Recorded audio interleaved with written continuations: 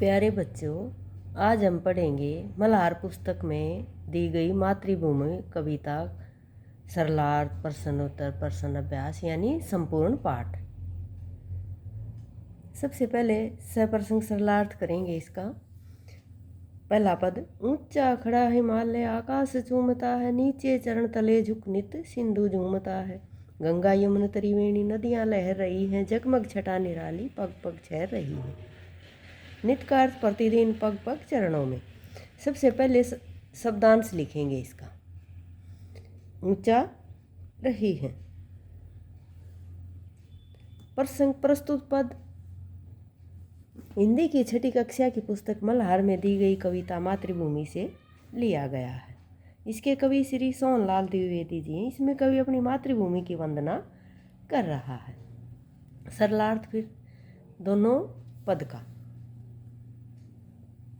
कवि कहता है कि मेरी मातृभूमि का हिमालय पर्वत आकाश को चूमता है, सागर इसके चरणों के नीचे झुककर झूम रहा है, अर्थात खुशी प्रकट कर रहा है। दूसरे पद में कवि कहता है कि गंगा यमुना सरस्वती नदियों की त्रिवेणी लहरा रही है, मेरी मातृभूमि की शोभा निराली है, वह यह शोभा चारों तरफ फैल रही है। तीसरा पद है इस कविता का, वह पुण्य भूमि मेरी, वह स्वर्ण भूमि मेरी, वह जन्म भूमि मेरी, वह मातृभूमि मेरी। कविता का चौथा पद, झरने अनेक झरते जिसकी पहाड़ियों में, चिड़िया चहक रही है हो मस्त झाड़ियों में। वही शब्दांश, वह झाड़ियों में। प्रसंग बार बार लिखने की आवश्यकता नहीं होती, पूर्ववत यानी पहले वाला ही। कवि कहता है मेरी मातृभूमि पुण्य भूमि व सरोक के समान है, श्रवण के समान है। मेरी मातृभूमि ही मेरी जन्मभूमि है। कवि कहता है कि मेरी मातृभूमि की पहाड़ियों से कई झरने निकलते हैं, इसकी झाड़ियों में चिड़ियाँ मस्त होकर चहचहाती हैं। अमराइयाँ घनी हैं, कोयल पुकारती है, बहती मलय पवन है, तन मन संवारती है। यह धर्म भूमि मेरी है, कर्म भूमि मेरी है, जन्म भूमि मेरी है, मातृभूमि मेरी। फिर से शब्दांश अमराइयाँ मेरी। प्रसंग पूर्ववत सरलार्थ। कवि कहता है मेरी मातृभूमि के आमों के बागों में कोमल कोयल कूकती है, दक्षिण भारत के मलय पर्वत से बहने वाली सुगंधित हवा तन मन को तरोताजा कर देती है। मेरी मातृभूमि धर्म भूमि है, अर्थात यहाँ पर मैं अपने धर्म का पालन करता हूँ, मैं अपने कर्म का पालन करता हूँ। मेरी मातृभूमि मेरी जन्मभूमि है। इसका सातवां पद है, जन्मे जहाँ पे रघुपति, जन्मी जहाँ थी सीता। श्री कृष्ण ने सुनाई वंशी पुनीत गीता। गौतम ने जन्म लेकर जिसका सुयश बढ़ाया, जग को दया सिखाई, जग को दिया दिखाया। पुनीत का अर्थ पवित्र होता है। शब्दांश जन्मे, फिर प्रसंग के स्थान पर पूर्ववत। सरलार्थ। कवि कहता है कि मेरी मातृभूमि पर श्री राम जी व सीता जी का जन्म हुआ है। श्री कृष्ण जी ने बांसुरी की धुन सुनाई व पवित्र गीता का उपदेश दिया। कवि कहता है कि गौतम बुद्ध ने जन्म लेकर मेरी मातृभूमि का यश बढ़ाया है। गौतम बुद्ध ने इस संसार को दया का पाठ पढ़ाया व इस संसार को प्रकाश का रास्ता दिखाया। यह युद्ध भूमि मेरी है, बुद्ध भूमि मेरी है, मातृभूमि मेरी, यह जन्मभूमि मेरी। अब प्रसंग के स्थान पर पूर्ववत और इसका सरलार्थ होगा। कवि कहता है कि मेरी मातृभूमि के लोग युद्ध में भी पीछे नहीं हैं, वह गौतम बुद्ध की भूमि के कारण शांति का संदेश भी देते हैं। मेरी मातृभूमि ही मेरी जन्मभूमि है। फिर हम करेंगे इस पाठ का अब प्रश्न अभ्यास पाठ से। आइए अब इस कविता पर विस्तार से चर्चा करें। मेरी समझ से प्रश्न के नीचे दिए गए प्रश्नों का सटीक उत्तर कौन सा है? स्टार बनाइए। हिंद महासागर के लिए कविता में कौन सा शब्द आया है? सिंधु। मातृभूमि कविता में मुख्य रूप से भारत की प्रशंसा की गई है। अब अपने मित्रों को के साथ चर्चा कीजिए और कारण बताइए कि आपने उत्तरी क्यों चुना। भारत के उत्तर में हिमालय व दक्षिण में हिंद महासागर है। कविता में भारत के महापुरुषों, प्राकृतिक सुंदरता, भारतवासियों की वीरता का वर्णन किया गया। इस तरह भारत की प्रशंसा की गई है।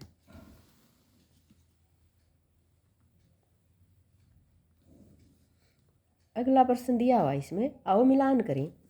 पाठ से चुनकर कुछ शब्द नीचे दिए गए हैं, आप इन पर चर्चा कीजिए।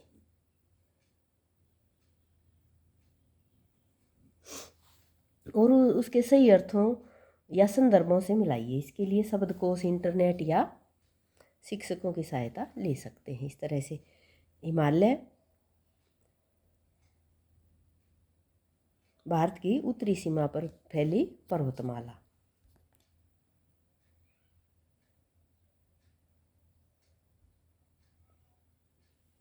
इस तरह से ये इनका मिलान करना है।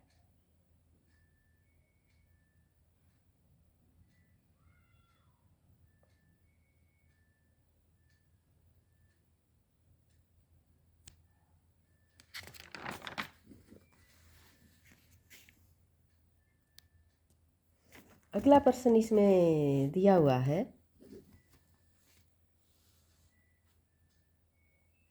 पंक्तियों पर चर्चा। कविता में से चुनकर कुछ पंक्तियां नीचे दी गई हैं, इन्हें ध्यानपूर्वक पढ़िए और विचार कीजिए और अपनी लेखन पुस्तिका में लिख लीजिए।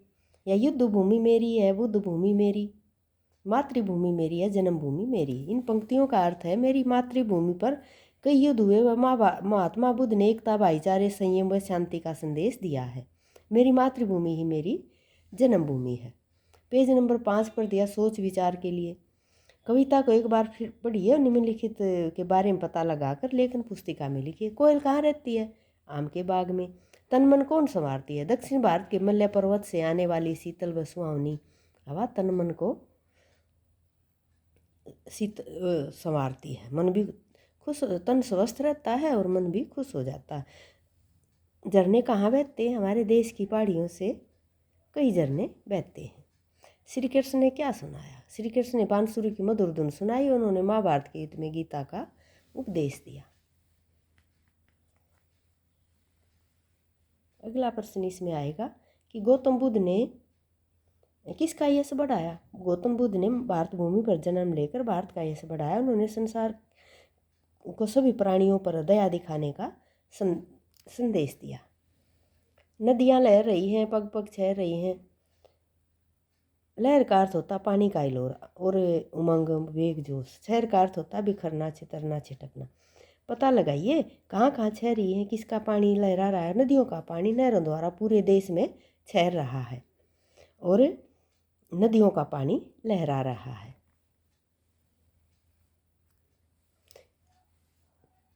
कविता की रचना। गंगा, यमुना, त्रिवेणी नदियाँ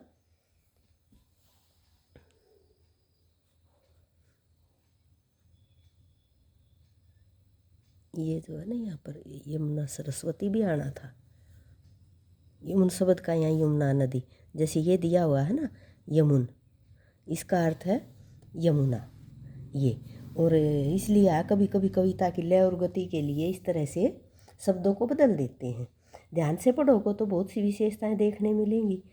आपने जो विशेष बातें दिखाई दे चर्चा कीजिए। नित्य सिंधु चूमता, इस पंक्ति में सिंधु हिंद महासागर के लिए प्रयुक्त हुआ है। पग पग छह रही हैं, इसका अर्थ है नहरों द्वारा पूरे देश में, नदियाँ नहरों द्वारा पूरे देश में फैली हुई हैं। फिर मिलान करना है इनका कि ये जन्मभूमि मेरी, ये मातृभूमि मेरी, मैंने उस भूमि पर जन्म लिया है। इस तरह से इनका मिलान करना है। अनुमान या कल्पना से समूह में चर्चा कीजिए। अमराइयाँ घनी है, कोयल पुकारती। कोयल क्यों पुकारती है? कैसे, किसको पुकार रही है? कोयल प्रसन्न होकर अपने दोस्त साथी को कुहू कुहू करके पुकार रही है। बहती मलय पवन तन मन संवारती है। पवन किसका तन मन संवारती है और वह कैसे करते? दक्षिण भारत के मलय पर्वत से आने वाली स्वच्छ शीतल सुगंधित हवा भारतवासियों का तन मन संवारती है। स्वच्छ पवन से तन मन स्वस्थ रहता है और मन भी खुश रहता है। शब्दों के रूप। नीचे शब्दों से जुड़ी कुछ गतिविधियाँ दी गई हैं, इन्हें आप शब्दकोश या अपने शिक्षकों की सहायता से कीजिए। जगमग छटा निराली पग पग छहर, इन पंक्तियों पग 2 बार आया, इसका अर्थ है कि पग हर कदम पर। इस तरह से कुछ शब्द लिखिए, जैसे घर घर हर घर, बाल बाल हर बाल, सांस सांस हर सांस, देश देश हर देश, पर्वत पर्वत हर पर्वत। दूसरे में देना है कि ये युद्ध भूमि मेरी, बुद्ध भूमि मेरी, इस तरह से भूमि से जोड़कर कुछ नए शब्द बनाइए, जैसे यज्ञ भूमि, मरुभूमि, तप भूमि, देवभूमि, रणभूमि, रंगभूमि आदि।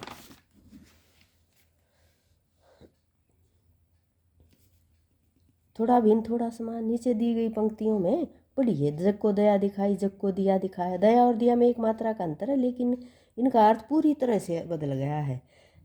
जैसे शब्दों की सूची, घड़ा घड़ी, दिन दीन, दिन मतलब दिन जैसे रात दिन, दिन गरीब, पिला क्रिया, पीला रंग, मिल क्रिया और मील दूरी का मात्रक, दादा दादी। जैसे एक मात्रा बदलने से स्त्रीलिंग पुल्लिंग भी बनते हैं। पाठ से आगे दिया गया है, इस कविता में भारत का सुंदर वर्णन किया गया है। आप भारत के किस स्थान पर रहते हैं, वह स्थान आपको कैसा लगता है, इस तरह से वहाँ का वर्णन करना है। जैसे मैं भारत के प्रांत हरियाणा में रहती हूँ, यह मुझे बहुत अच्छा लगता है।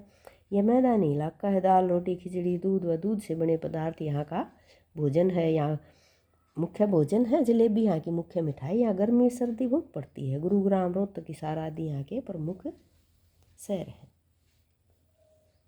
आगे प्रश्न दिया हुआ है, अपने आप परिवार के किसी सदस्य के बारे में लिखिए, कौन सी बात अच्छी लगती है। अब बच्चों को माता सबसे प्यारी लगती है कि मुझे मेरी माता जी बहुत अच्छी लगती हैं, वे मुझसे बहुत प्यार करती हैं, वे मुझे बहुत मेरा ख्याल रखती हैं, मुझे विद्यालय भेजती हैं और बहुत मेहनत करती हैं। वंशी से श्री कृष्ण ने सुनाई वंशी पुनीत गीता। वंशी बांसुरी को कहते हैं, यह मुँह से फूंक कर बजाया जाने वाला वाद्य यंत्र है। कुछ वाद्य यंत्र के चित्र दिए हुए हैं, जो कि शब्द पहेली में से तुमने छांट कर यहाँ लिखने हैं। चित्र बनाना है और उसका लिखना है। जैसे शहनाई, बांसुरी, बीन,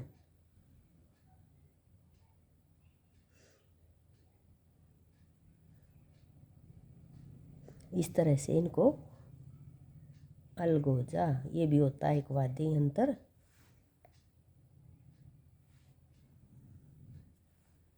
नाद सवरम। तो इस तरह से ये तुमने इसके नीचे लिख देने, ये कौन से वाद्य यंत्र है। अगला प्रश्न इसमें दिया, आज की पहेली कि एक अनोखी पहेली लेकर आए हैं। अक्षर दिए हैं, एक मात्रा लगाई जा कोई भी मात्रा लगाई जा सकती है, जैसे महासागर, हिमालय, गंगा, भारत, कोयल और पवन।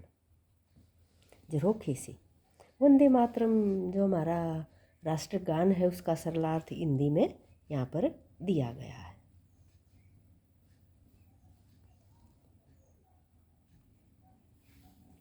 थैंक यू बच्चों, इसको ध्यान से लिखो अपनी कॉपी में और याद करो।